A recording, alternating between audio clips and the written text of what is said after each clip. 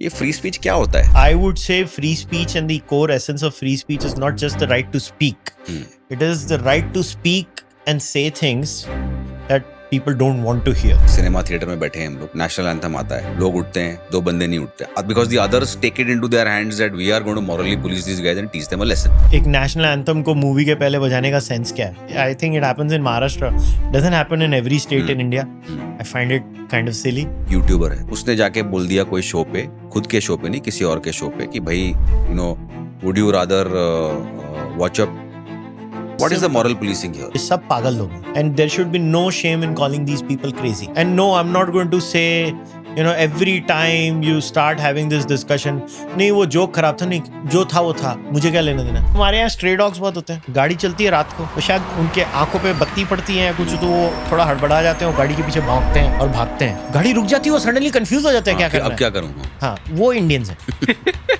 कि क्या फ्रीडम मिल गया? You mentioned about the dinner table, like आपके घर का माहौल अलग है, आपके दोस्त के घर का माहौल अलग है. Do you think that in that sense we are sort of moving towards that westernized place? What is India's strength? Community. What is India's strength? Family. Why do you think they're so depressed over there per capita? I'm not saying abandon the family institution. I actually believe in the institution of the family. In fact, because I hate the state so much, I believe the state is destroying the institution of the family. If the state is out of my life, then I will rely on my family more. Narendra Modi's first speech as a Prime Minister of India from the Red Fort. I clearly remember the Honorable Prime Minister saying that हम हमेशा बड़े-बड़े projects की बात करते हैं, मैं छोटे काम करूंगा. सफाई अभियान, stuff like that. There was a conscious effort towards safai, and I still believe Indians are the dirtiest people, or one of the dirtiest people on planet Earth. It is okay. You just have to travel the world. You will realize countries that are equally poor are not as dirty as India is. You just have to face this reality. Before Trump 2.0, with all these things like wokeism, gender bias, all that stuff that started went a little bit overboard, and this broke some laws also. What do you think of that?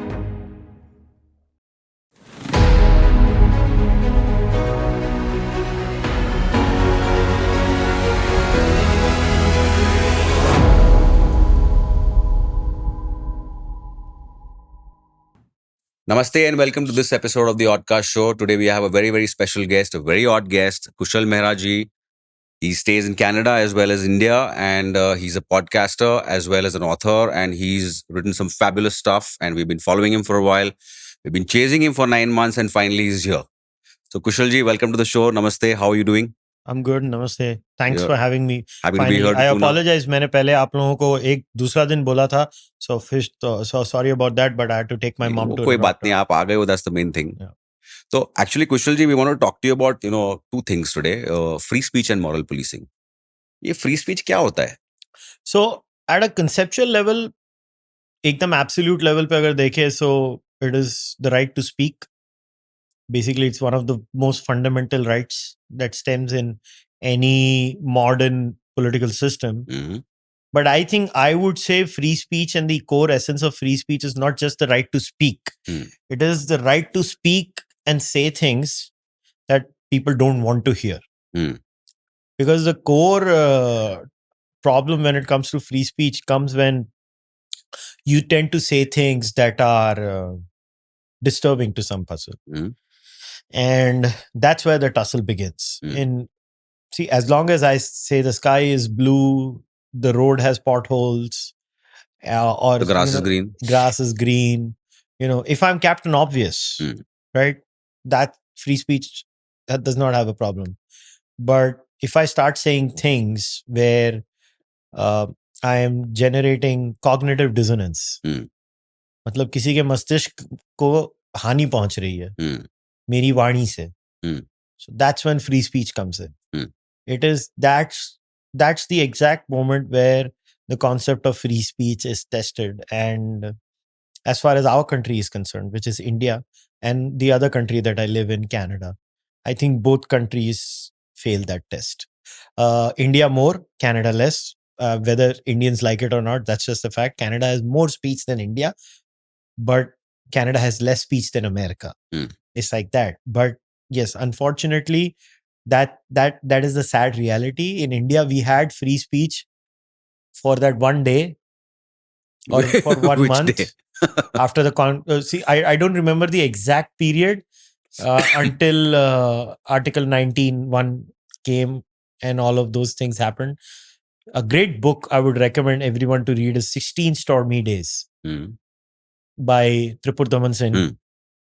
It covers the entire history of how the First Amendment of the Indian Constitution came and how Jawaharlal Nehru, even he did not even want reasonable restrictions to be mentioned in the Constitution. He was like, restrictions, thoko salo ki, kind of a thing. And it's a beautiful book. How, other than Shama Prasad Mukherjee, nobody stood up for free speech in India's foundation. And India only had free speech for that little period till this thing did not come into form of law. And since then, India has actually never had free speech. Because when we say reasonable restrictions, then we have to define reasonable. Correct.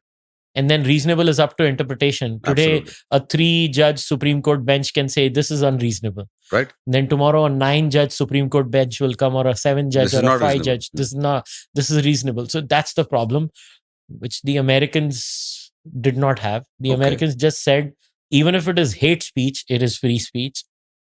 And there is a famous case of Brandenburg versus Ohio in the American case where they just say any direct call to violence, that also is not enough. There has to be a clear and imminent danger. कि मैंने यहाँ बोला कि इसे मारो और फिर कोई उठा और उसने उसको जाके मार दिया, वो नहीं अलाउड है. Other than that, free season. I hate all white people. I hate all black people. I hate all brown people. I hate kaddu. I hate Karela. All is part of free hate speech, right? Absolutely. It is all hate because speech. There could be a Kerala lover, kaddu lover society that comes up and says, So, I love kaddus. I mean, look at the controversy on Rasgulla, right? Bengalis and Odias are always fighting over who owns the Rasgulla. And that leads to some hurt sentiments. So you cannot legislate hate speech. You cannot legislate reasonable restrictions. And then 19(2), subject to decency and morality. You just cannot. You can say, this is 18 plus, this is 16 plus, this is 14 plus, this is 13 plus, this is 7 plus. You can make those reasonable adjustments. And after that, you have to get away. And unfortunately, at the core of free speech is people who believe in free speech have a fundamental mistrust of the government. And people who don't believe in free speech think the government is their mummy papa. That's my firm conclusion. This is people who want the government to be their mummy papa versus people who say मेरा एक बाप है, बहुत हो गया, अभी और बाप नहीं चाहिए. This is the battle. और हाँ ठीक है, मुझे बहुत सारी चीजें मैं सुनता हूँ, मुझे अच्छी नहीं लगती हैं. I don't want people to be jailed for that. I may not like a lot of things that people say in this country or anywhere in the world. I don't want them to be jailed. I don't want a white racist to be jailed for saying, I hate all brown people. I don't. Just don't want. In fact, I want them to say these things so I know who I don't associate with. Correct. Because नहीं तो वो अंदर ऐसे thoughts रखेगा और कभी बोलेगा ही नहीं. Then you will be in suspense throughout, like. वही तो. Sunlight is the best disinfectant. You let these ideas come out, and you should have some level of faith in society where you should have faith in the, in the heft of your arguments, that you can defeat people with better arguments. Correct. And you should have some faith in the innate goodness of human beings too. I believe human beings are fundamentally decent. They can have a bad and good side both. You have to have that little bit of faith. And so that to me is the essence of free speech. And India in most parameters fails that. India is not a free society. India is an authoritarian society. Now you'll be like, हम Somalia है क्या? तेरा standard Somalia है क्या? मेरा answer in लोगों को ये होता है. मतलब मैं क्रिकेट खेल रहा हूं, मेरे को जिम्बाब्वे से कंपैरिजन करनी है मेरी. अबे ऑस्ट्रेलिया से करना, उनसे करना. तेरे को जिम्बाब्वे ही बनना है. तेरी लाइफ का एम ही वही है कि उनको हरा दिया तो बस. बस वही हमारी प्रॉब्लम ये है कि हम पहले क्या करते हैं, हम लोग हमारा स्टैंडर्ड अंडरग्राउंड कर देते हैं. फिर हम बोलते थे कि मैं ऊपर आ गया. अबे तू नीचे है. ऊपर तो देख कितने लोग हैं. हम्म, तो वो प्रॉब्लम है, हमारा स्टैंडर्ड हम लो करते हैं इसीलिए. And I get a lot of pushback. और सबकी patriotic sentiments, nationalistic sentiments hurt हो जाती है. भाई तुम्हारा देश है अथॉरिटेरियन. हाँ, पाकिस्तान जितना नहीं है, खुश हो लो. बांग्लादेश जितना नहीं है, और खुश हो लो. पॉइंट है, फिर भी है उसको एक्सेप्ट करो. और स्टेट को इतनी पावर मत दो. Don't celebrate where your political opponent is jailed. Hmm, because याद रखना, सरकारें टेम्पररी होते हैं, लॉज परमानेंट होते हैं. हम्म, क्योंकि जब सरकार बदलेगी, ये दूसरी साइड आएगी और तुमको अंदर डालेगी, वो सेम लॉ यूज करेगी. बिल्कुल. तो तुम लॉ ही ऐसा बनाओ कि कोई भी यूज ना कर सके. Hmm, and that is stemming from a fundamental mistrust of the state, hmm, जो मेरे जैसे लोगों को होता है. I think the state by default is evil. Hmm, ये कौन है हम्म, ये जो मेरे को बोल रहे हैं मेरी लाइफ में कैसे जीना? And that is the essence of free speech. And that is something that is missing in this country, is missing in the discourse. it outside of a small coterie of 400 to 500 idiots, nobody cares. हर आदमी, and politicians want this to be the case. for control, right? Yeah. And another aspect of free speech is the tussle between group rights and individual rights. Hmm. Why should I sacrifice my individual freedom Hmm. over some perceived hurt sentiments of a group? Someday that group is a religious group. Someday that group is a group of proverbially triggered uncles and aunties who moral police in this country. Hmm. The next day it is a bunch of woke idiots in some random university in India that are hurt because you misgendered them. Hmm. यार मैं क्या करना है तेरे से यार, तू जा. मतलब this is the problem. It is every time it is a group Hmm. that is taking precedence over an individual. Correct. Hmm. Like आप But स्कूल this में is world over. और हर जगह है ये. Hmm. अमेरिका में क्या है कि अमेरिका में कॉन्स्टिट्यूशन ही ऐसी है, आप कुछ कर नहीं सकते. Hmm. वो फर्स्ट अमेंडमेंट बदलने ही नहीं वाली है. तुम जो करना है कर लो. Hmm. स्टेट आपको जेल में नहीं डाल सकती है. Hmm. For free speech. For free speech नहीं डाल सकते. You will not be gelled for free speech violation. हाँ, न्यूक्लियर कोड्स नहीं दे सकते, वो नेशनल सिक्योरिटी इशू है. डायरेक्ट कॉल टू वायलेंस नहीं दे सकते, वो नेशनल सिक्योरिटी इशू है.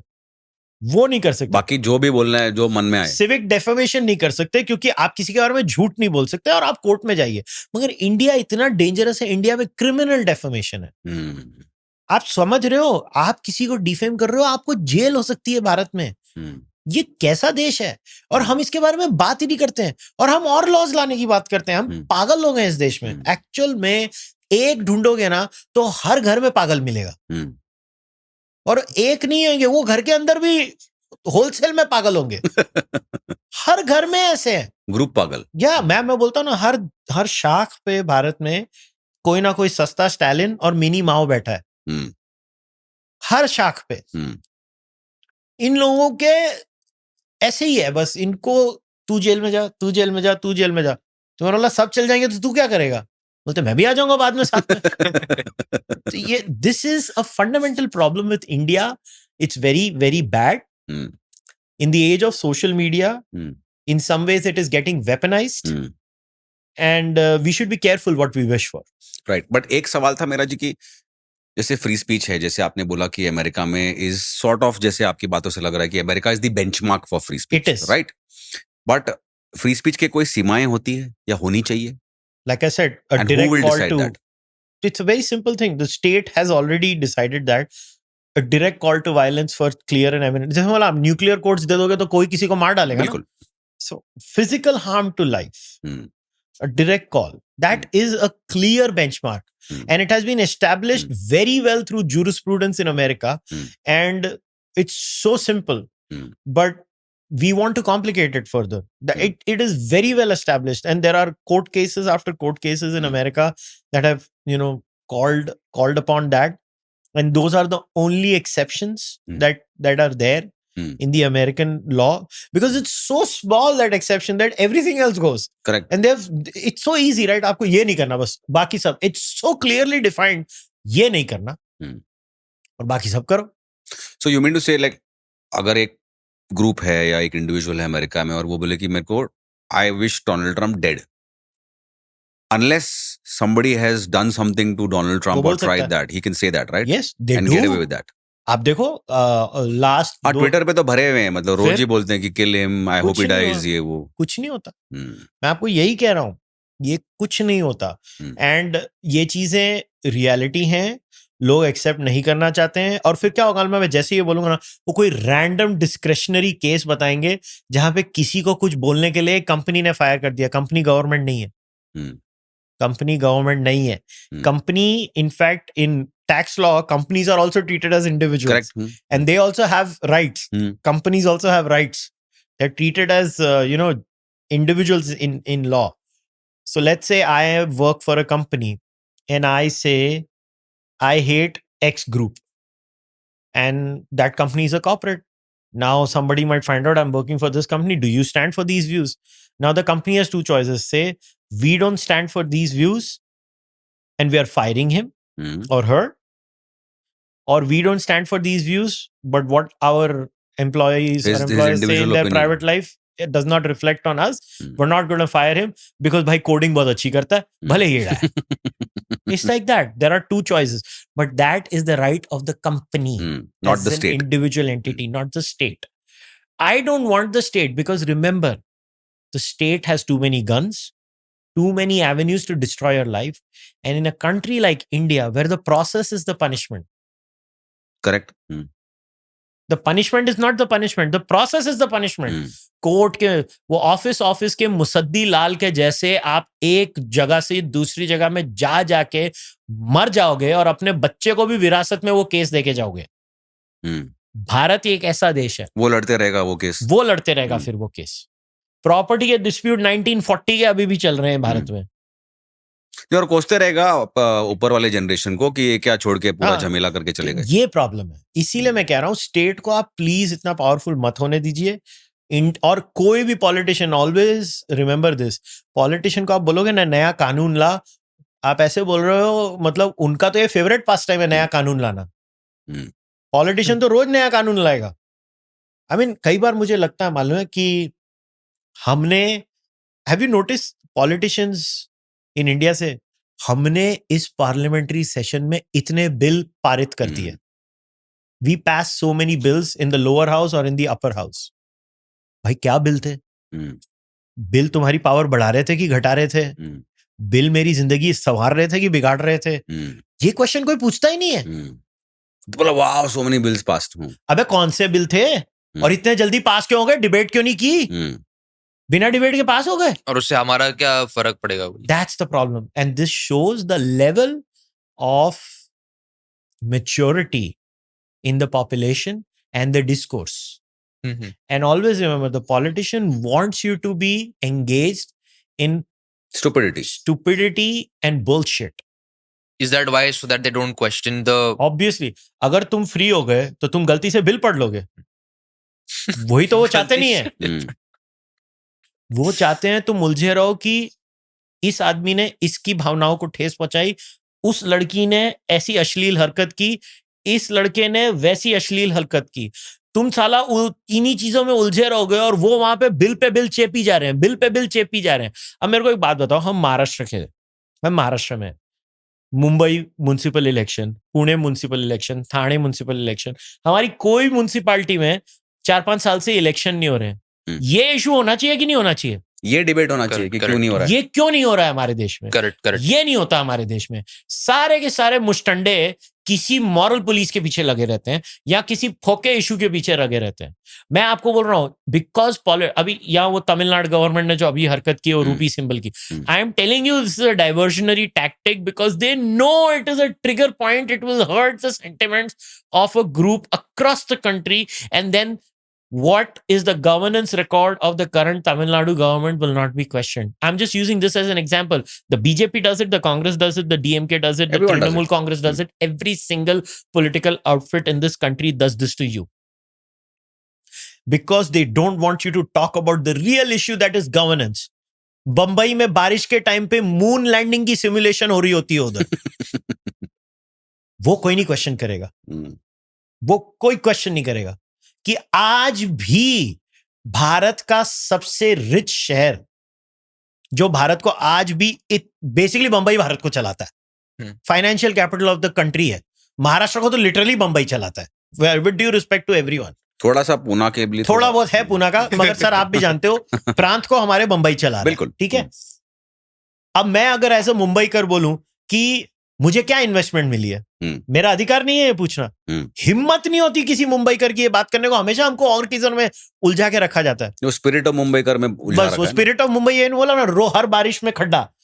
एक आदमी बाइक चला रहा है, वो खड्डे में गिर जाता है, उसको चोट लग जाती है, नहीं मर जाते हैं लोग। हमारे पुणे में भी हुआ है, ये मुंबई में भी हुआ है, हर जगह होता है, महाराष्ट्र में।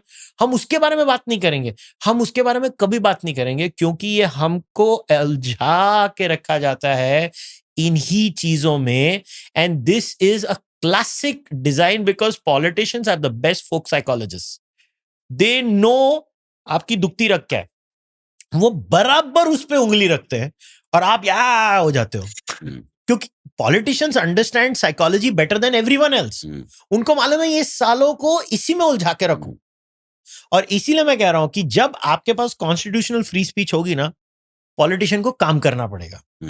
पॉलिटिशियन को आप पॉलिसी पे क्वेश्चन करोगे, क्योंकि आपको अगर वो टेंशन नहीं होगी ना कि मेरे को जेल नहीं होने वाली है, तो आप पंगे लोगे। और बियॉन्ड अ पॉइंट क्या था, मैं शौक एंड ऑ से भी लोग दुखी हो जाते हैं। मैं इसका बहुत क्रास एग्जांपल देता हूं। इनिशियली जब item numbers as a concept आए थे बॉलीवुड में, तो चले, मगर बाद में कितनी बार एक नंगे इंसान को देखोगे आप, यार आप बोर हो जाओगे, अभी देख लिया, अभी कितना करूं। Correct. I always give the example of game of thrones. Nudity over a period of time, if you look eight game of thrones, reduced. Because initial first season में they had a lot of nudity, but then they're like, यार अभी कितनी बार नंगा देखो forward, because अभी story में interest है, नंगेपन में नहीं है। ये होता है जब आप फ्री स्पीच को कॉन्स्टिट्यूशनली सिक्योर कर दोगे ना, बियॉन्ड अ पॉइंट 10 साल तक लोग शॉक जॉक्स बन के आएंगे, ई करेंगे, कुछ नहीं होगा उसके बाद। सोसाइटी में जैसे बोलते हैं ना, एक पागल अंकल आ जाता है जो हर चीज में करता रहता है, वो इनिशियली बॉदर करता है, हर चीज से दुखी है वो हर चीज से दुखी है, वो 10 दिन तक आपको दुखी करेगा, बाद में लोग बोलेंगे ये तो पागल है, और सोसाइटी उसको इग्नोर कर देती है। ये भी हमारे साथ भी होगा। इनिशियली कुछ स्टैंड अप कॉमिक्स आएंगे जो जबरदस्ती का वायरलिटी के लिए शॉक जॉक्स बनेंगे, ये बनेंगे, वो बनेंगे, बाद में वो बोर हो जाओगे आप लोग, फिर वो लोग हैं, फिर वो भी वो करना बंद कर देगा, क्योंकि उसमें उसको वायरलिटी नहीं मिलेगी। ये होता है। मगर क्योंकि हमारे यहाँ पे फ्री स्पीच है ही नहीं, और अब अगर आप किसी को बोलोगे इसका मतलब ये बोलने का, हाँ, क्रिस्टोफर हिचन्स का वो एक एक्सचेंज था, it was the greatest exchange ever, where उसकी बुक का नाम था the God is not great. It was a direct pun on Islam, because Allah Akbar says the God is great. Christopher Hitchens ने book लिख दी God is not great. तो एक मुस्लिम in the audience उसको पूछता कि अरे आपने ऐसे बोला, मेरी सेंटिमेंट्स को हर्ट हो गया, बड़ा लंबा था। क्रिस्टोफर हिचन्स ने सिर्फ एक जवाब दिया, I am still waiting for you to make a point. Point क्या है? पॉइंट क्या है? तेरी सेंटिमेंट्स हर्ट हुई है तो मैं क्या नाचूं? हाँ, हो गई तेरी सेंटिमेंट्स हर्ट, मैंने क्या किया? नहीं, तूने बुक लिख दी, हाँ लिखी, तू भी लिख दे, खत्म। So sir, coming to India, अगर आपने बोला कि अगर हमारी population, I think you said average IQ is 77 से 82 के बीच में झूलती है, depending on which study you look at. Okay, तो अगर आप सड़क पे जाके किसी आम आदमी को पूछोगे कि what do you think is free speech, तो what do you think they will say? आपको क्या लगता है, अपना क्या परसेप्शन है फ्री स्पीच का? है ही नहीं। मैंने आपको बोला ना, राइट्स कॉन्शियसनेस नहीं है भारत में। हमें सिखाना पड़ेगा लोगों को। लोगों की एक आम भारतीय की अंडरस्टैंडिंग ऑफ राइट्स ये है कि मेरे को वोटिंग करने का चाहिए। उनको वोटिंग बहुत अच्छी लगती है, वो इलेक्शन में देखो घपाघप जाके वोट करते लोग। उनको उसके बियॉन्ड मानवाधिकार क्या होते हैं उनके बारे में मालूम नहीं है, क्योंकि सिविक्स सिखाई नहीं जाती है स्कूल में अच्छे से। घर में राइट्स कॉन्शियसनेस नहीं है। क्यों? क्योंकि एक पूरा कल्चर फिलियल पायटी से ऑब्सेस्ड है। Listen to your elders. क्यों? ये कभी तो पूछना चाहिए ना, क्यों?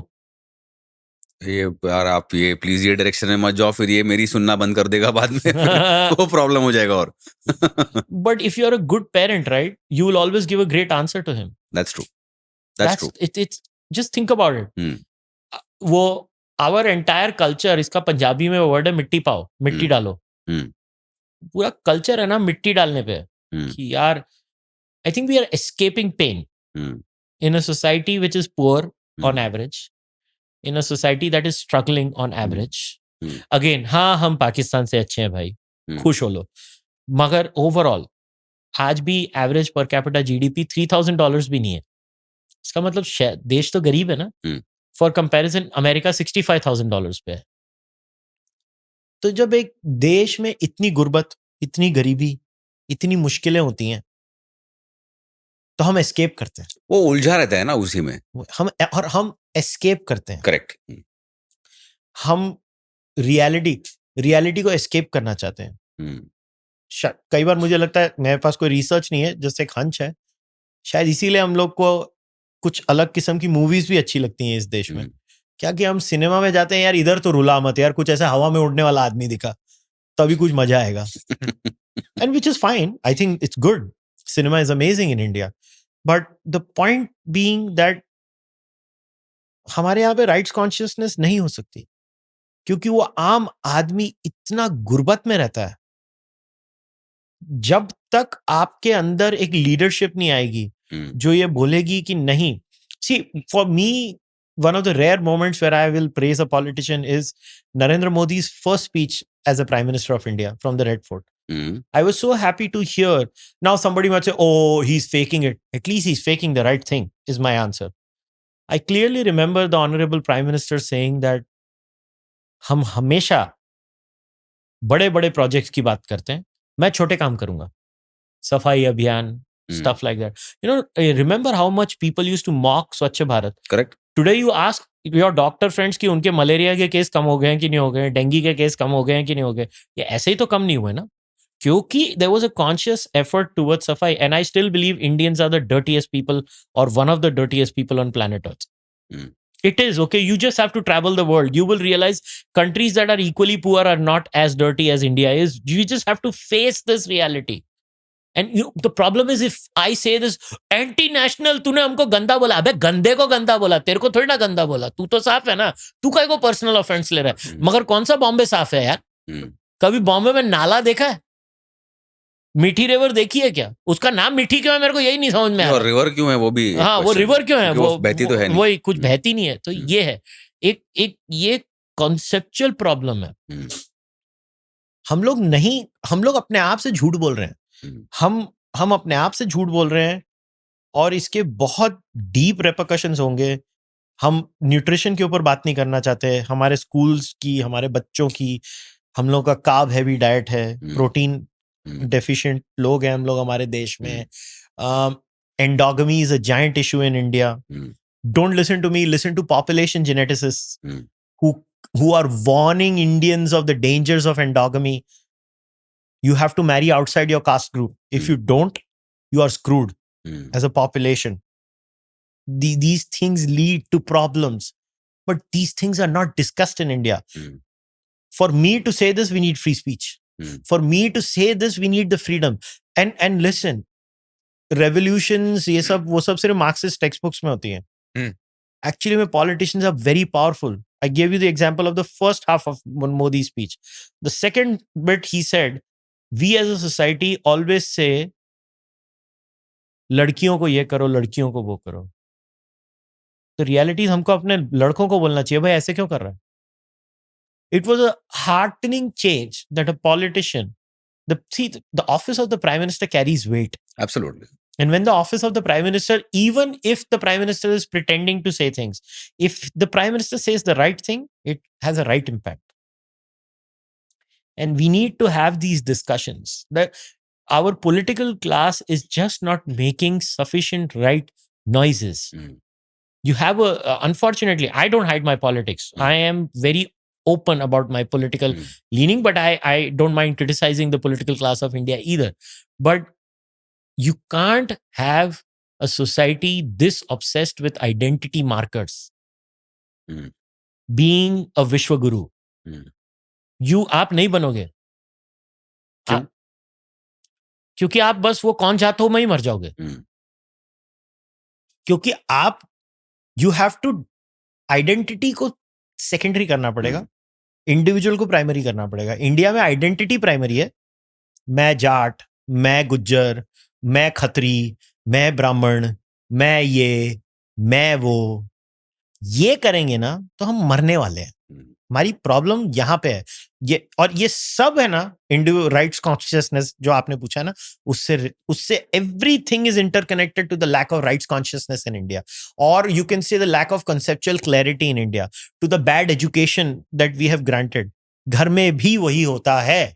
घर में भी माँ बाप आपको, बहुत रेयर ओकेजन्स होते हैं माँ बाप अपने बच्चों से कॉन्वर्सेशंस करते हैं.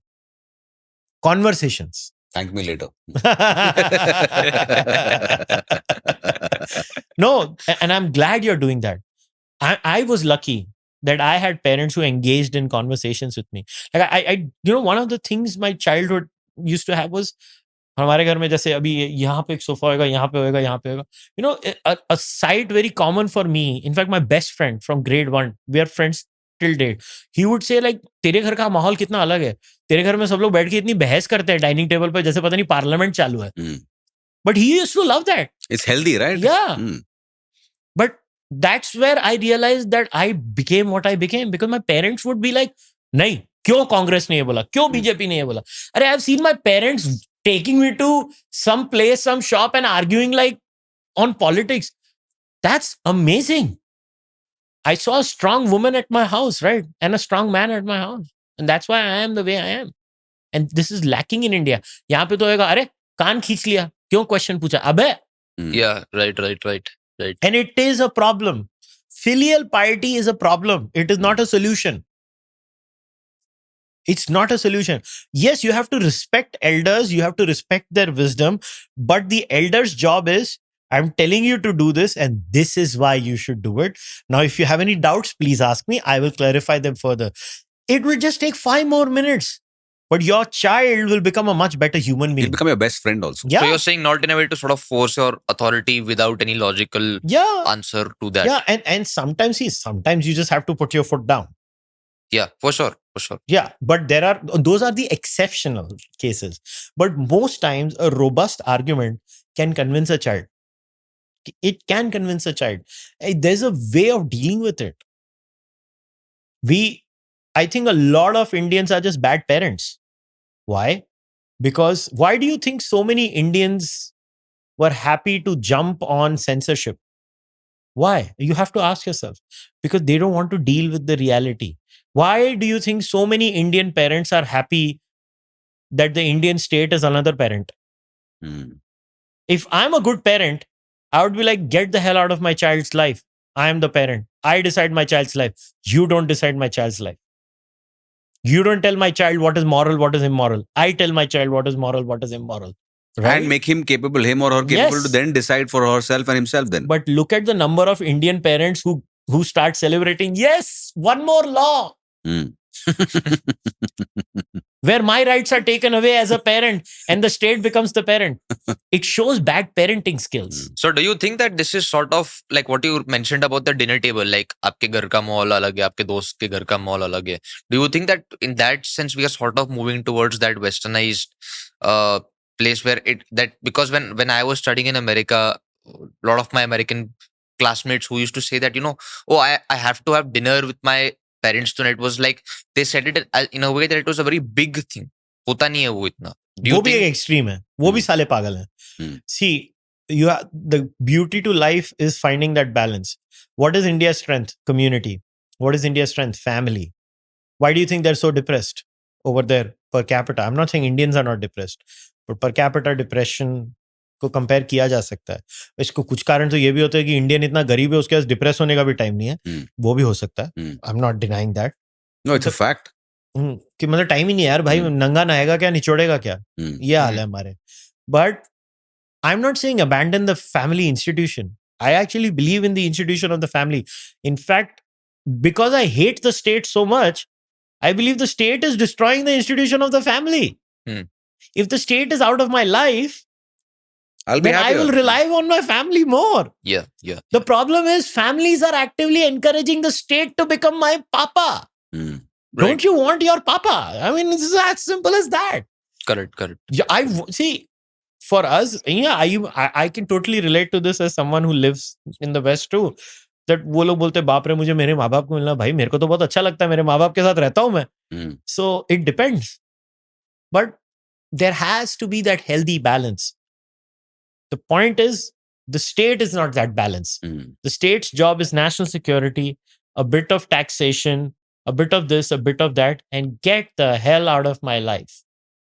In India, no, आजा, एक काम कर, बाजू में सो भी जा, फिर एक गाना भी सुना देना मेरे को सोने के लिए, लाला भाई भी आकाशवाणी तू सुना दे.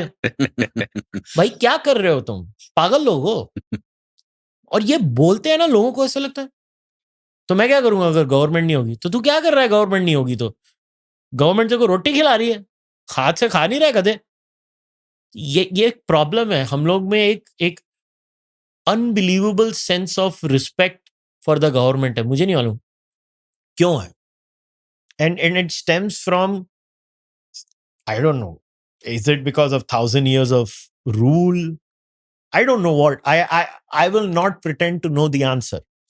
But there was another podcast that we did with somebody. She told us that all these problems that are going on today is because we have moved from a duty-based society to a rights-based society. What's your thought on that? No, I completely disagree. The Indians' problem is we are a duty-obsessed society.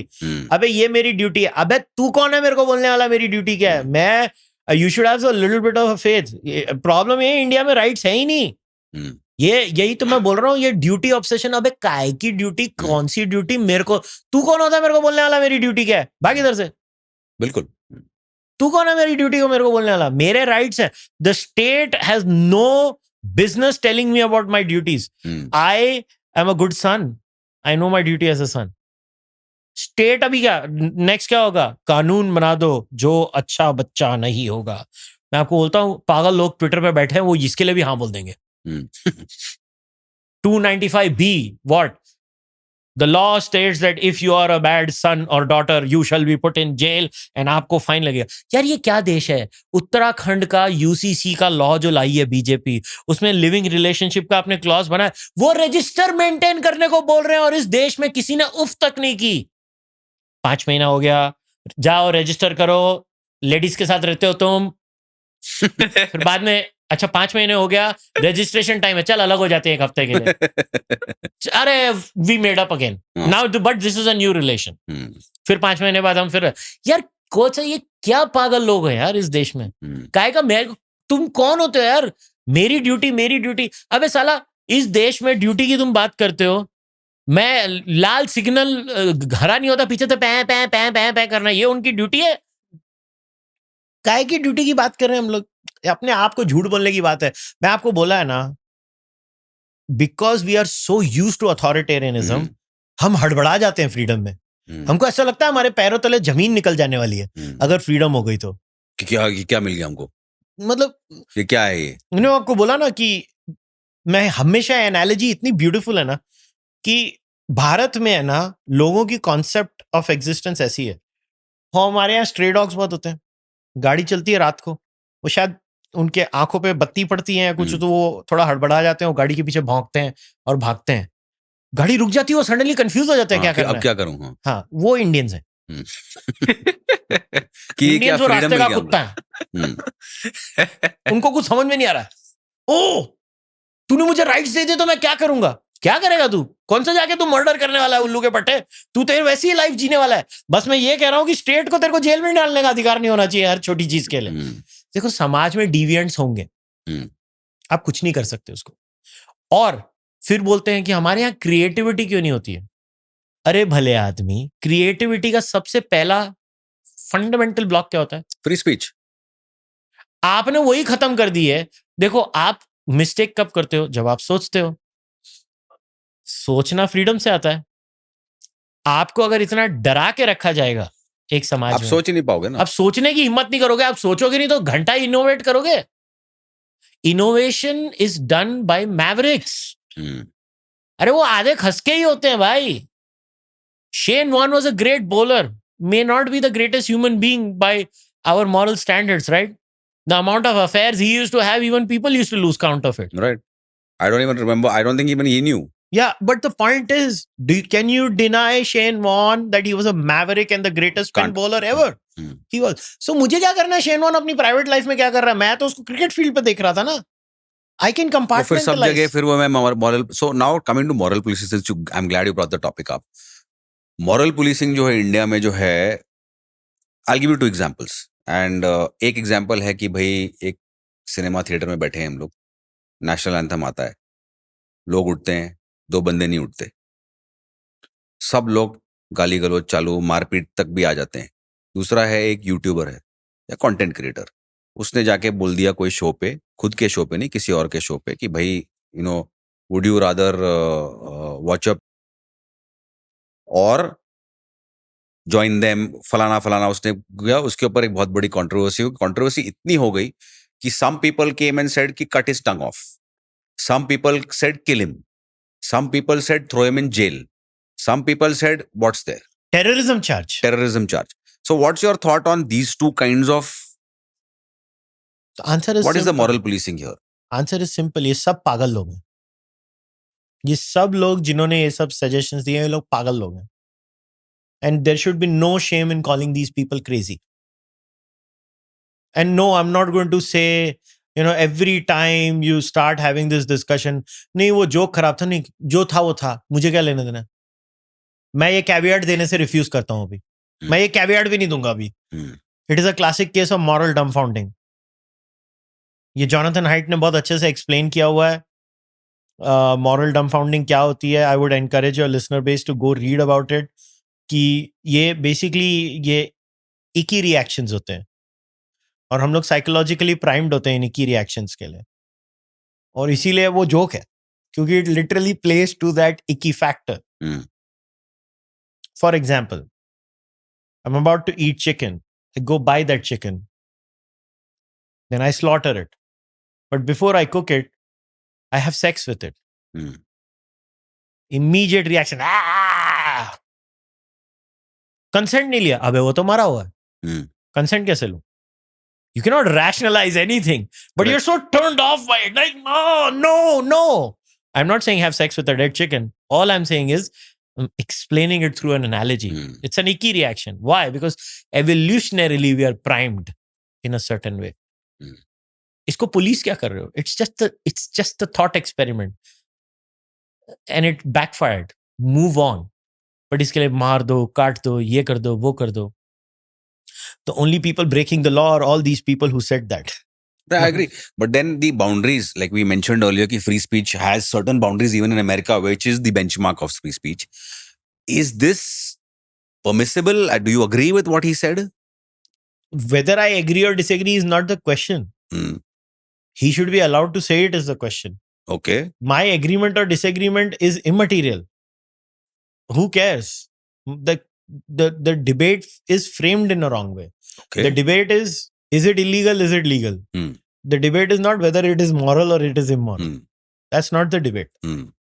I don't care about these moral or immoral questions. For example, I might have giant problems with many thoughts that people have.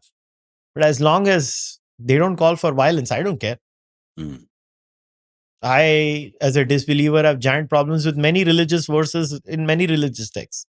I don't want them purged. I want them to be immoral, but I don't want them purged. So these things should not be bothering us. The problem is that we outrage about the wrong issue.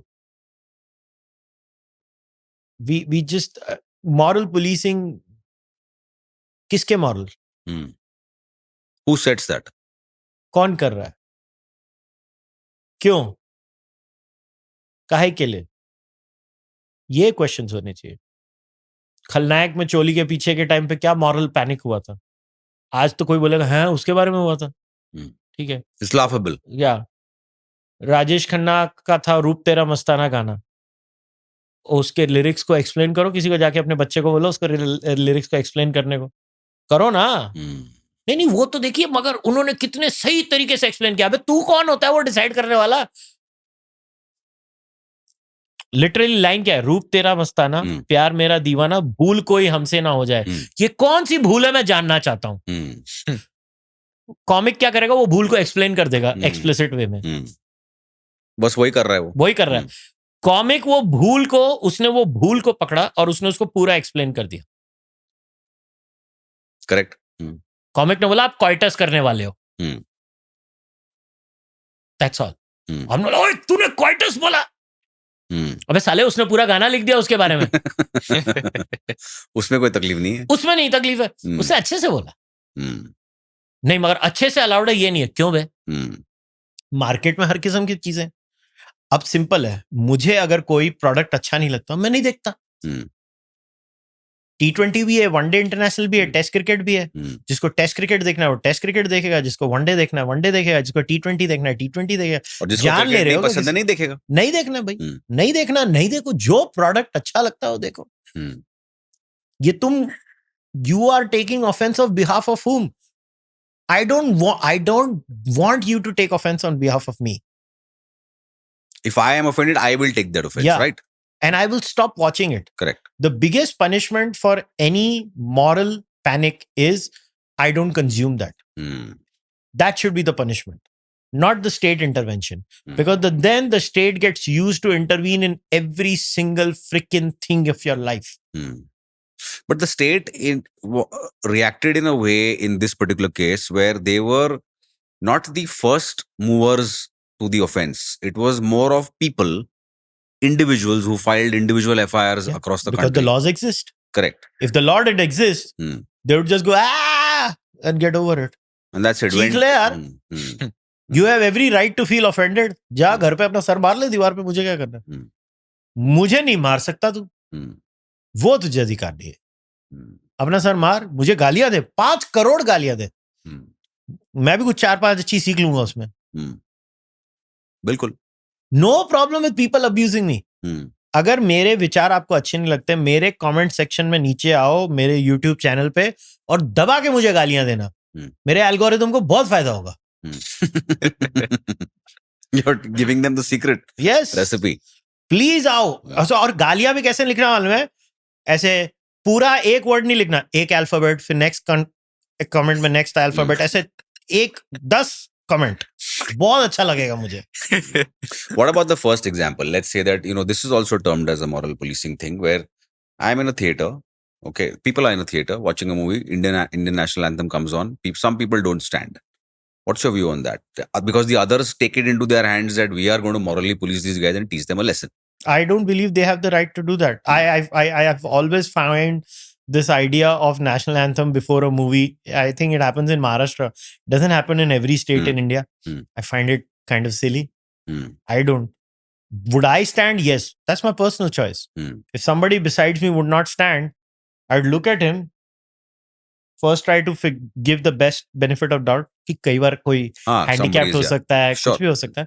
आपको पता है case भी हुआ था, बेचारा handicapped था, लोगों ने उसको पेल दिया बुरी तरह। तो फिर वो सारे हैं। मगर मैंने आपको कहा ना कि ये फ्यूडल जिंगोइस्टिक प्राइड की बात कर रहे हैं, बेवकूफाना प्राइड है ये। मतलब क्या, क्यों, मुझे तो मालूम नहीं है कि एक नेशनल एंथम को मूवी के पहले बजाने का सेंस क्या है। ऑनेस्टली मुझे तो आज तक इसका यही नहीं समझ में आया। इसका मतलब नहीं है कि मैं पेट्रियाटिक नहीं हूँ, मैं तो एक्चुअली बहुत डेंजरस हूँ, नेशनल सिक्योरिटी हॉक हूँ। मतलब जितने थॉट्स मुझे आते हैं नेशनल सिक्योरिटी के ऊपर, शायद लोगों को मुझे ही बोल देना चाहिए काम डाउन। मगर my national security hawk and my lover for freedom are equal. I am a national security hawk for Pakistan, Bangladesh, but for Indians I am a freedom lover. भारतीयों के लिए पूरी आजादी होनी चाहिए। And I want to know how many, people with dicey credentials are amongst me. I want to know.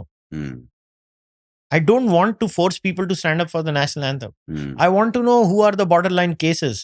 Because when I know all the borderline cases, then the state can probably go figure out who could be the potential target in the long run with the potential for violence and terrorism. So let them expose themselves. Yes, sunlight is the best disinfectant. Let the state know. Let people know. Let's say there are 500 1,000 people who don't stand up for a national anthem, and one of them would be that potential guy who's having those thoughts. I want to know. Let them filter themselves out. Why do you want to? Let them filter themselves out.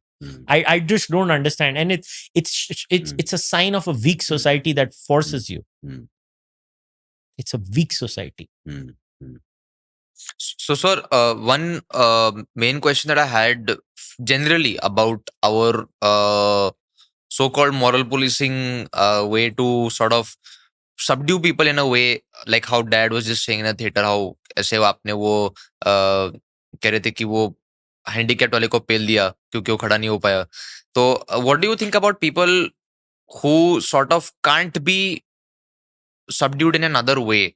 जैसे कि अभी road पे जा रहे हो, wrong side से आ रहे हैं, ऐसा कुछ, like small things that irritate a lot of people. Do you still have the same answer over there? We have a governance deficit. There, the harm principle is being violated, just like drunken driving. So how does freedom work? The freedom ends when your hand touches my nose. So when you're going on the wrong side of the road, you're breaking a law that could cause physical harm to someone else. Why are these laws in place? Because it leads to the overall benefit of the society. It causes less accidents, stuff like that. So the rules are set. I don't want the mob to beat them. Even in that case, I want the cops to take action, because we are such a governance deficit society where justice is never served. We are recording this in Pune. Do we need to mention about the Porsche case? We all know what has happened there. Is there justice in this society? In Vadodara, Oh, that was bad. what has that drunken kid done? 4 innocent people lost their life. 4 of them. Or I think 3 are dead and 1 is seriously injured in the hospital. Something of that sort. That's the problem. That's where the harm principle is violated. So it's not the case of the theater. It's not an apple to apple comparison. Yeah, it's always keep the harm principle in mind. That's where the law is being made for the harm principle, and the harm is physical. Right. Mental harm तो इतना subjective है भाई. I mean, what if I say मुझे तेरी शक्ल ही अच्छी नहीं लगती है, तो क्या आप उसको मार डालोगे क्या? किसी की शक्ल नहीं अच्छी लगती है तो? Correct. I mean, we've all come across people who have the most slappable face on planet Earth in our perception. थोड़ी ना जाके थप्पड़ मार दोगे उसको उसके लिए. Correct. So think like that. That's how you conceptualize these things. And unfortunately, in our country, we're not even having these discussions. At least I'm happy you are asking these questions. हमारे यहाँ पे तो कोई ये प्रश्न भी नहीं पूछना चाहता, कोई ये सोचना भी नहीं चाहता, कोई ये समझ ही नहीं पा रहा है कि आप अगर ये कुत्ते बिल्ली के जैसे झगड़ा करके रहोगे तो आप नहीं तरक्की कर पाओगे. अचीव क्या करोगे आप? आप तरक्की नहीं कर सकते. आपको तरक्की करने के लिए एक स्थिरता चाहिए, एक सोचने की फ्रीडम चाहिए, और आपको ऑर्डर चाहिए आउटसाइड. हमारे यहाँ क्या है मालूम है? हमारा बाहर केओस है, अंदर ऑर्डर है. हमको बाहर ऑर्डर चाहिए, मेंटली थोड़ा केओस में रहना चाहिए ताकि आप सोच सको. फ्रीडम चाहिए आपको. यहाँ पे बाहर केओस है, बाहर पूरी फ्रीडम है, किधर भी ठोक दे, अंदर गाड़ी लगा दे, इधर लगा दे. वो थार वाले का वीडियो देखा, सबको उड़ा के चले गया. अरे भाई क्या है वो थार है तो मतलब तू क्या इनक्रेडिबल हल्क हो गया क्या? आप समझ रहे हो? ये प्रॉब्लम है. जहां फ्रीडम नहीं होनी चाहिए, क्योंकि वहां हार्म प्रिंसिपल वायलेट हो रहा है, फिजिकल हार्म का, वहां पे है. क्योंकि we are a low trust, low governance society. और क्या होगा में फिर एक अंकल मिल जाएगा, भारत को तो डिक्टेटर चाहिए. अबे डिक्टेटर नहीं चाहिए, नॉर्मल लॉ चाहिए, नॉर्मल गवर्नेंस चाहिए. आपकी गवर्नेंस इतनी फेल हो चुकी है कि आपका है ना एकदम निंजा आंसर होता है हर चीज का. सीधा किंग जोंग उन की औलाद को खड़ा कर दो. इससे नहीं होता. अभी अमेरिका में रहते हो, उधर कानून नहीं है. सबसे free society on planet earth है. कानून तोड़ो, पता चलेगा. ओरंगुटैन बोल दो डोनाल्ड ट्रंप को, कोई फर्क कुछ नहीं पड़ता फर्क. कुछ भी कर लो, नंगे घूमो, जो कर रहा है करो, मगर कानून तोड़ा, फिर देखो क्या होता है आपके साथ. इसीलिए तो वो ग्रो करते हैं सोसाइटीज. कानून है, और रीजनेबल कानून. बाकी जो करना है करो. Yeah, nothing draconian.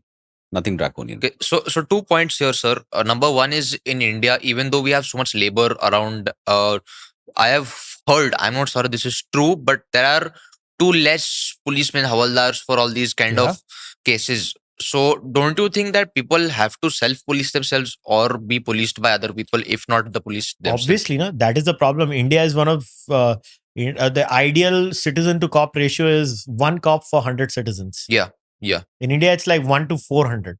No, it's in fact it's more than that. In fact मेरे को तो कोई बता रहा था कि महाराष्ट्र में तो मतलब ऐसा हो रखा है कि 1 to 5,000 हो गया ऑलमोस्ट अभी. और प्रॉब्लम ये है कि law and order is a state subject, not a central subject. Correct. All the states have to do the hiring. Where have you heard the last time a dharna saying we need more cops? Hmm. Where have you heard the last dharna to say cops do not get proper equipment and proper training? Where have you heard the last time saying that the cops are being overworked and the suicide rates in the average forces is so scary in this country? Hmm. Where is the empathy for the cop in this country? Hmm. Where is it? Hmm. There is none. Right. And then the cop, और फिर corp आएगा फट करके मारेगा आपको क्योंकि वो eternally frustrated आत्मा है क्योंकि वो इतने ज्यादा लोगों को गवर्न कर रहा है. अमेरिका में कॉप कैसे बात करता है? Yes sir, how are you sir, ऐसे करके बात करता है. पहली बार उधर पहली बार उस सर बोला अबे पुलिस वाला ठुल्ला तो सर बोल रहा है अपने को. अपनी भी इज्जत है. और यहाँ पे ठाड़ करके दे देगा तुमको. तुम पैसे वाले हो नहीं हो, तुमको एक तो पड़ेगी. उसके बाद उसको पता चल गया ये तो रेलेवेंट आदमी, सॉरी सर करेगा. मगर पॉइंट ये है कि ये एक ट्रेजेडी है इस देश की. और यहाँ पे nature about vacuum, you are right. अगर the state where it should be involve वहां पे इन्वॉल्व नहीं होती. करेक्ट. जहां नहीं होना चाहिए वहां पे चौधरी बन के सबके तू ये क्यों बोला वो करते रहती है. करेक्ट. तो जब स्टेट वैक्यूम छोड़ेगी मॉब जस्टिस आएगा. इसके लिए पब्लिक धुलाई होती है. Okay, and second point I wanted to make is before Trump 2.0, I see this as a example of misgovernance in America also, because with all these things like wokeism, gender bias, all that stuff that went a little bit overboard, and this broke some laws also, in my opinion. What do you think of that? See, wokeism is a direct result of the fall of the old religion. That's the reason. It's a societal, again. Religion was filling a giant space in that society too. But then, I mean, I've explained this in my book, Nastic, where I explain how wokeism comes up, how new atheism basically attacks religion. Yeah. And then new atheism wins. Mm. And then it's just a vacuum in life. So wokeism just was lurking around. The only thing was wokeism was that in the corner of the room where nobody wanted to play with it. And then suddenly the whole house has fallen down and that's the only room. And then it was like, abhi yahi game available hai, to main yahi khel leta hu. Correct. And then it spreads like wildfire, and that's a problem. I think the reason for that is the fall of old religion in society, which is one of the reasons in India wokeism does not penetrate beyond a point. Is India is that old religion is deeply enmeshed in our society. So wo problem India mein itni nahi hai. And as far as Trump 2.0 is concerned, listen, that would be a very simplistic answer as to why Trump is the way he is, because he was always like this. Yeah. So वो तो ऐसा ही था. He's very frank and straightforward, and he also is like a no-nonsense. He's always been like that. He's always said, "ये तो मैं हूँ भाई." Yeah, I mean, the funniest thing was Megyn Kelly interviewing him. Yeah. It's like only Rosie O'Donnell. That was the funniest bit. I mean, he is what he is. I mean, Trump policies in Trump 1.0 were good. Trump the personality not good in my view. But Trump 2.0 is too early to call. But what happened, the Biden administration did do some excesses. Like they clearly wanted to go after him. And the Biden, see, at the end of the day, America is such a capitalist society, right? Even wokeism was eventually being used as a tool to make money. Yeah. It was a big, huge, massive money in it. Look at the amount of money that was raised by Black Lives Matter and many such movements. Yes. Gender transition surgeries, gender studies. Yeah, just recently Colin Wright shared this paper. It was so weird, that paper. Wait, I'll pull it up and read it for you because it's worth reading. Colin is a scientist who who left mainstream because he was so fed up of all of this woke nonsense. Because he was like, "यार ये क्या पागल रोग हो तुम लोग?" So it was very interesting when he shared this screenshot in his Twitter feed where he was talking about all this riff-raff, and it was so weird. When I was looking at it, I was like, "यार ये लोग पागल लोग हैं." Actually में America भी थोड़ा सठिया गया है कि मतलब कुछ भी विचित्र किस्म की बातें करते हैं, and they expect people to take you seriously after all this bollocks. So it was Queer Intimacies, Rethinking Epistemology of Conducting Research with Jihadist Group Members. What? Usme one of the most interesting bits in the abstract he has highlighted is challenging reductionist narratives that frame jihadist groups members as deviant or monstrous. It argues for nuanced interpretations that account for their complex lived experiences.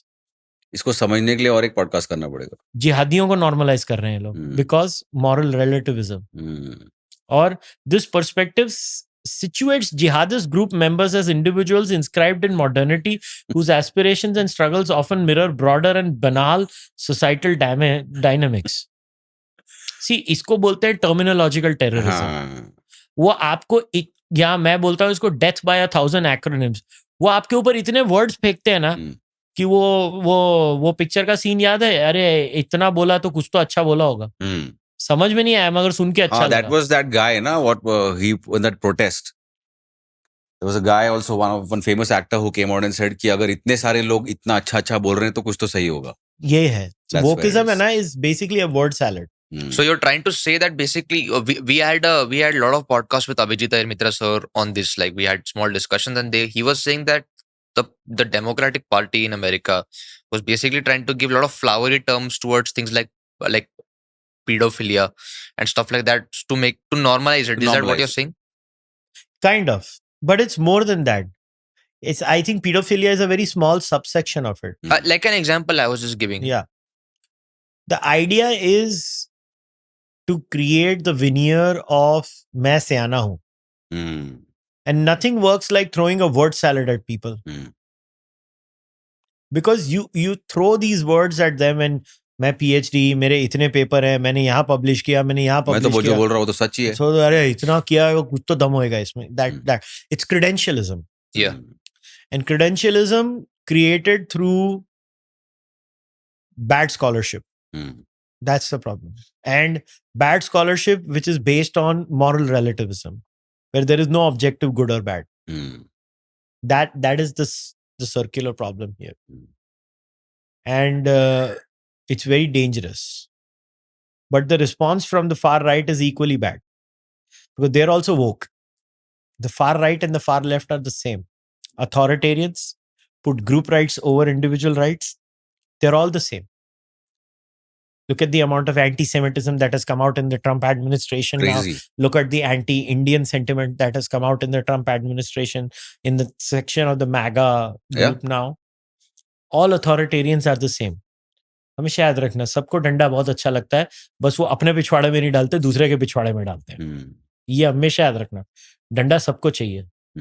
तो तहसीन ने बहुत अच्छी बात बोली थी मेरी podcast पे. बोलते तू इंडिया में नोट कर, हर आदमी को ना एक बार तो चौधरी बनना ही है. बोलता है इवन तू सोसाइटी में गाड़ी लेके जाएगा ना, वॉचमैन बोलेगा ए इधर क्यों लगाया. एक्चुअली बहुत अच्छी ऑब्जर्वेशन थी तहसीन की कि हर आदमी को साले गाड़ी इधर लगाया, काय को लगाया तू. क्योंकि हर आदमी को एक वो प्रोवर्बियल डंडा चाहिए इंडिया में कि इस एरिया का बॉस मैं हूँ.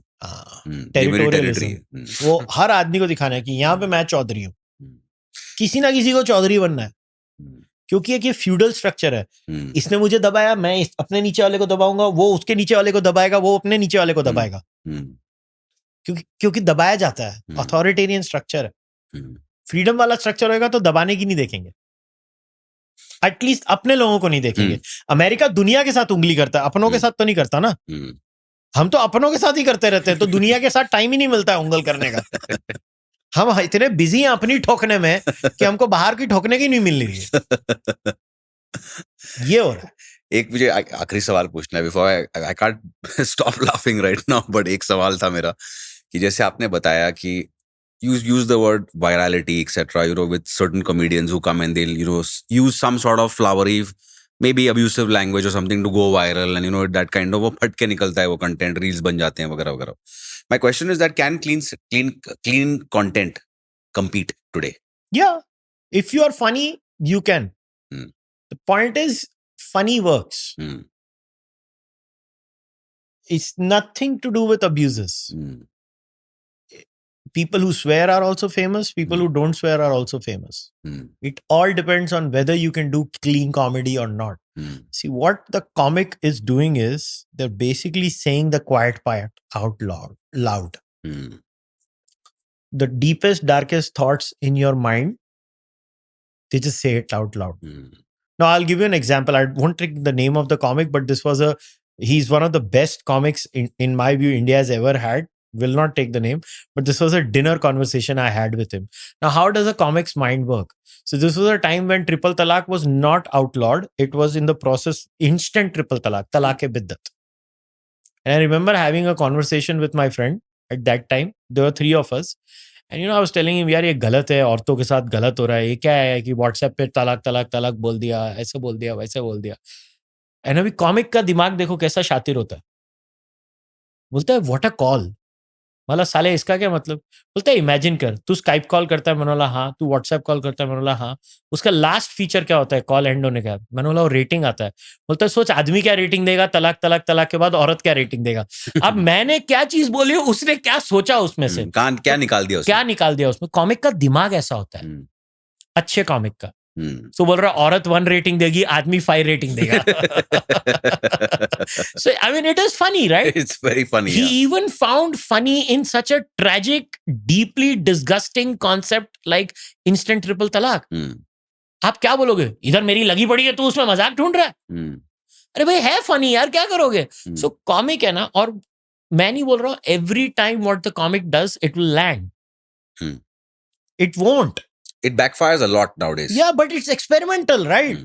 आप सोच रहे हो, आप अजीब चीजें बोल रहे हो, 1000 बोलते हो, कितनी नहीं लैंड करती यार. क्राउड नहीं लैंड करता. अभी कॉमिक के लिए क्या है, कॉमिक एक क्राउड के आगे परफॉर्म कर रहा है. वो स्क्रीन के लिए नहीं परफॉर्म कर रहा, वो क्राउड के लिए परफॉर्म कर रहा है. अब अगर वहां पे क्राउड हंसा तो आप क्या बोल रहे हो. अब मेरे को एक बात बताओ, अगर क्राउड वहां पे एक सो कॉल्ड अश्लील जोक के लिए हंस रहा है, तो वो क्राउड को क्या फांसी चढ़ा देनी चाहिए. कल को ये जो uncle aunty of association of India वाले लोग हैं, ये तो बोल देंगे ना, तू हंसा क्यों साले, फांसी पे चढ़ाओ इसको. तू ही है इसको एनकरेजमेंट देने वाला, तुझे इसके साथ में फांसी में चढ़ा देना चाहिए. यही होगा. हंसने के लिए भी फिर फांसी में चढ़ा दोगे. अरे लोग हंस रहे हैं, इसका मतलब किसी को तो लगा ना वो फनी. और आपको नहीं लगा, आप मत देखो ना. मैं इसीलिए बोल रहा हूँ सबसे बड़ी पनिशमेंट इसकी एक ही है, आप मत देखो. और आज की डेट में, अब मैं जैसे कुछ 13 तारीख को जो होलिका दहन था, वो सब हमारे चेंबूर जिमखाना में हम गए थे, उधर हास्य व्यंग का था. मैं तो वो भी उतना ही एंजॉय किया, वहां पे गाली नहीं होती, मैंने वो भी एंजॉय किया. मैं स्टैंड अप कॉमेडी जिसमें गाली होती है वो भी एंजॉय करता हूँ. मैं दोनों को कर सकता हूँ. My brain, if my brain can handle both equally, Why not then? Why? I mean, और मैं नहीं एक्सपेक्ट कर रहा हूँ कि दूसरों का, भाई ना दो गाली. To each his own, right? हाँ, अभी जिसको गाली देनी है वो दे, जिसको नहीं देनी है वो ना दे, जिसको. मगर आप क्यों चौधरी बने फिर रहे हो.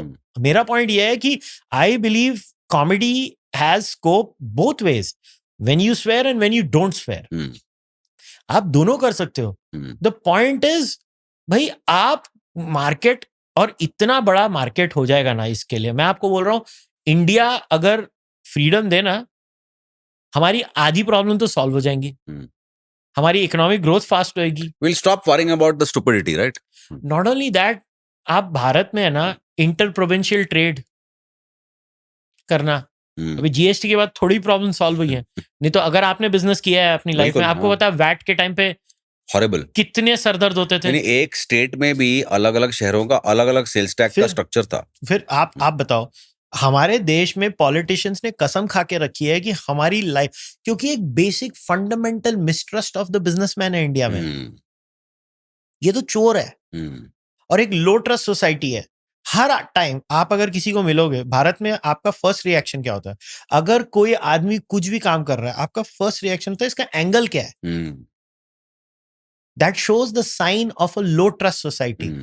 क्योंकि आपको विश्वास ही नहीं हो रहा है कोई आदमी अच्छा है, ये अच्छा क्यों है साला, हम्म, इसका एंगल क्या है, हम्म, ये अच्छा नहीं हो सकता, हम्म, पता लगाओ ये क्यों है ऐसा। ये मगर आप ये सोचो ना कि ये सोसाइटी का क्या पतन है हम्म, कि हमने हमारे आम आदमी को इतना मजबूर कर दिया है कि उसको विश्वास ही नहीं होता कि कोई आके कि कोई भला करने आ गया। कोई अभी छोटी छोटी चीज होती है। मतलब मुझे बड़ा आयरनिकल लगता था, मैंने एक बार मेरे वेस्टर्न दोस्त को भी ये बोला था, मतलब सालों तुम लोग हमारे ऊपर मजाक उड़ाते हो कि हम इंडिया में ना एक दूसरे को ग्रीट नहीं करते रास्ते में। मतलब भाई 150 करोड़ लोग हैं, कितनों को नमस्ते करूं, हाँ। थक जाऊंगा बोल बोल के। और गोरों को देखो हर जगह ना हेलो हाउ आर यू करते रहते हैं, घर पे तो बुलाते नहीं कभी। और हमारे यहाँ हम किसी को नमस्ते नमस्ते नहीं करेंगे, मगर बात कर ली ना तो ऐसे करेंगे जैसे पता नहीं 500 साल से जानते हैं, और घर पे चाय भी पिला देंगे हम उनको। तो ये दो आयरनी है ना हमारे कल्चर्स की। बिल्कुल, बिल्कुल। वो एक veneer of hello thank you hello, घर पे ना पागल हो साले, मेरे को तो मेरा नेबर मर जाए मालूम नहीं है। ये वेस्ट है। अब आपको चूज करना है, आपको चूज करना ही है। मैं बोलता हूं उनकी हेलो कर दो और हमारा घर पे चाय बुलाने वाला कल्चर दोनों ले लो। A bit of them, a bit of that. Take the best. Take the best. So the solution lies in both, not one. इसके लिए the solution lies in comedy that swears and comedy that does not swear. You can say profound things without swearing. Correct. You can say equally profound things with swearing. Right. I refuse to believe or buy this argument that आप गाली मजबूरी में दे रहे हो। जी नहीं, गाली बहुत powerful weapon होती है, बहुत पावरफुल होती है। A swear word if used efficiently is brilliant. और मैं नहीं मानता हूं कि जो गाली देते हैं वो असभ्य होते हैं, नहीं, मैं बहुत गालियां देता हूं और मैं आप लोगों से बहुत सभ्य हूं। Chaliye ji, we'll wrap this podcast up. It was a great one, and I want to thank you for just basically saying the simple thing out aloud. To each his own. Yes, absolutely. Right? And if I have corrupted your son, No, my mission has been accomplished. No. He corrupts me. So थोड़ा वो ये हम लोग एक थोड़ा odd है ना, odd cast है ना, ये तो थोड़ा उल्टा ही चल रहा है यहाँ सब। तुम अश्लील। We'll moral police से वो lunch now for a while. ऐसे ही time pass के लिए. Let's have some fun. All right. ठीक है जी. Thank you so much for coming.